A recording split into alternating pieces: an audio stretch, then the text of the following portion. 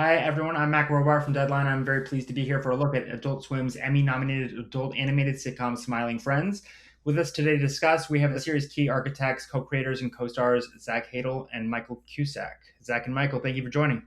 Thank you for having us. No problem. Uh, Yeah, thank you. so, Absolutely. So you just wrapped your third and final season in April. Then over the summer, you land your first Emmy nomination as the show scores an outstanding animated program. You're up against like huge veteran shows like The Simpsons. So how are you feeling? We feel very honored. Obviously, we grew up with all the shows that we're against and respect them very much. So we would have never thought in a million years that our little quarter-hour show that we did for Adult Swim would be in this league. So yeah, we feel very honored by it, and it's a very nice feeling. Yeah, I mean, I agree. No, it's cool. It's like we didn't obviously make the show. We didn't make it for getting awards or anything. So anything like that's always like a bonus, and even just being nominated is cool. Especially it's like you see The Simpsons and like South Park and all these things that you saw when you were a little waddling baby. So it's interesting. It's very cool. The episode recognized is 302, Le Voyage Incroyable de Monsieur Grenouille. What do you think resonated about that one? And what have you most enjoyed about this returning to that character of Mr. Frog?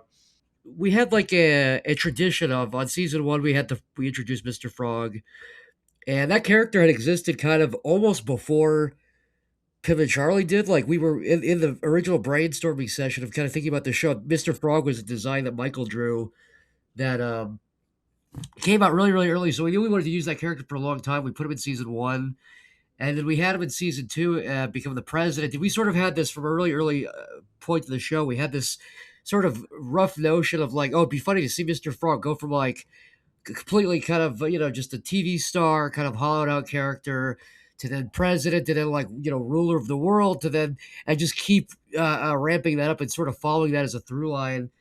And so the original season three episode was just going to kind of be him going from president to taking over the world. Sort of what that first like 10 seconds of the episode is. That was going to be the episode, but when we started getting into that, it just seemed not that interesting. It just sort of felt like another installment, and so pretty quickly we just sort of we started talking about all the ways they could go, and we started one of the things was like, well, what if we just kind of cut to the end of that story rather than you know just it was kind of going through the motions, and once we hit on that, it just seemed really interesting about like, oh, what is this character, where does he come from, taking such a stupid, like the dumbest character in the show and trying to treat it with like reverence and trying to take it seriously is kind of inherently funny to us. So yeah, Michael, anything else? I think We just want to wrap up the Mr. Frog trilogy, and we always wanted to do like a cinematic, like a prestigious TV episode, just to like as an experiment. So it felt like this one was good to submit for an Emmy because it had more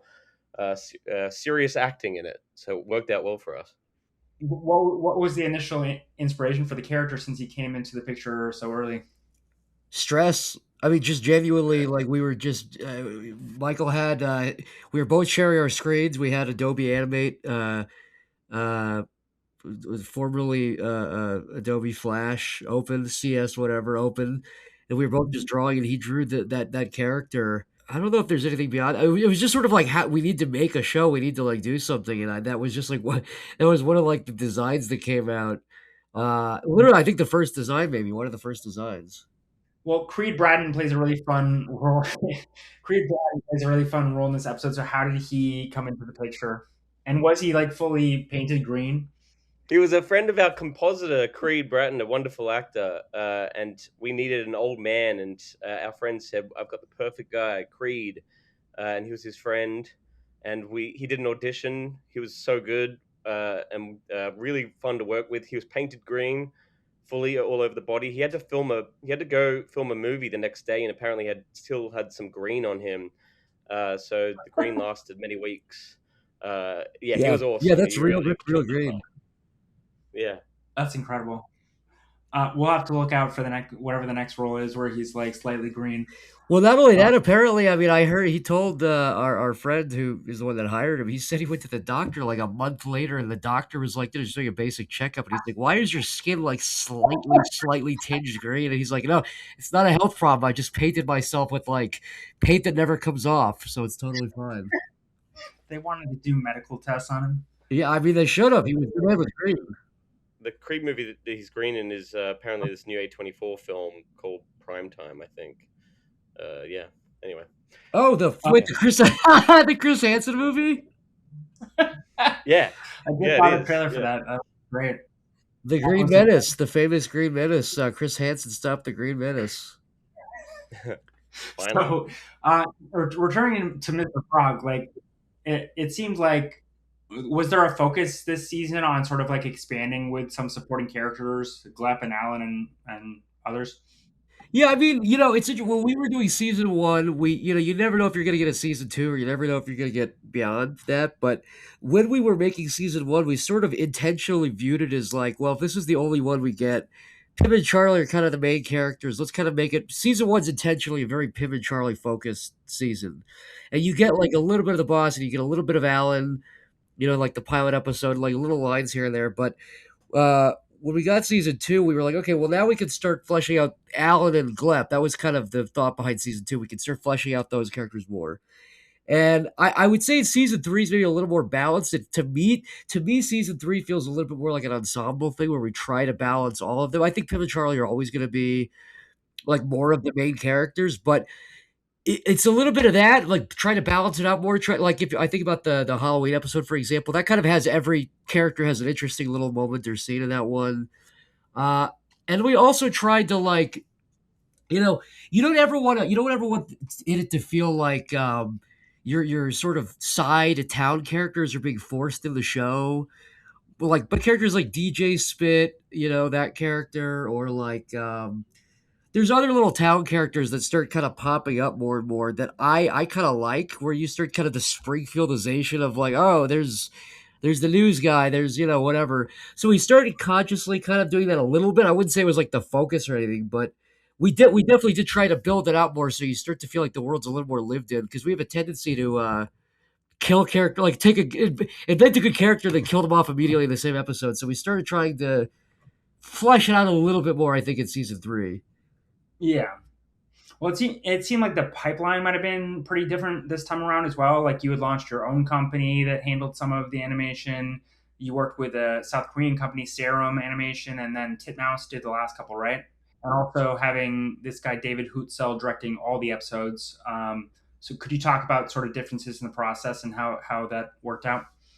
Yeah, I mean, well, first of all, so David was a storyboard director, so the actual top down process of like, you know, Michael and I's involvement has been the same all the way through. We definitely have learned to bring more people in and like delegate in certain areas, but um, you know, the decision making and like the show itself and all the scripts and all the stories and all the little decisions and the edits and everything, that was all the exact same. We never stepped back or Yeah, anything. yeah, of course. Um, and honestly, I would really also say the other thing I'd say is, see, every season was different. The pilot like had a different pipeline. The pilot had a different pipeline to season one. The Brazil episode had a different pipeline to season one. Season two had a different pipeline to season. Yeah, it's like it felt like every every few episodes we would like switch it up a little bit. Because technology kept changing, evolving. Because it's a specific show. And I'll let Michael take it as well. But the last thing I'll say is I feel it's just a specific show to make. It's like it's kind of a you know, I think from the outside, if you're not an animator, or you know, if you've never worked in TV animation, it's like, oh, it's a cute little, it's just a fun little animated 10-minute thing. But to do in 2026, to do a show, a 2D animated show that's not what they call rigged, so where you have it like where every character is a puppet, like a drawing, and they're sort of like what they call, they're tweened. We were very big on like making it frame by frame and redrawing it and doing that by hand. And now it's not like it's animated like Fantasia 2000 or anything, but you know, it's you know, to do a 10-minute show that's like really, you know, like not a gigantic budget, to do that frame by frame, to have all the stop motion and 3D and specialty, that just is inherently a hard.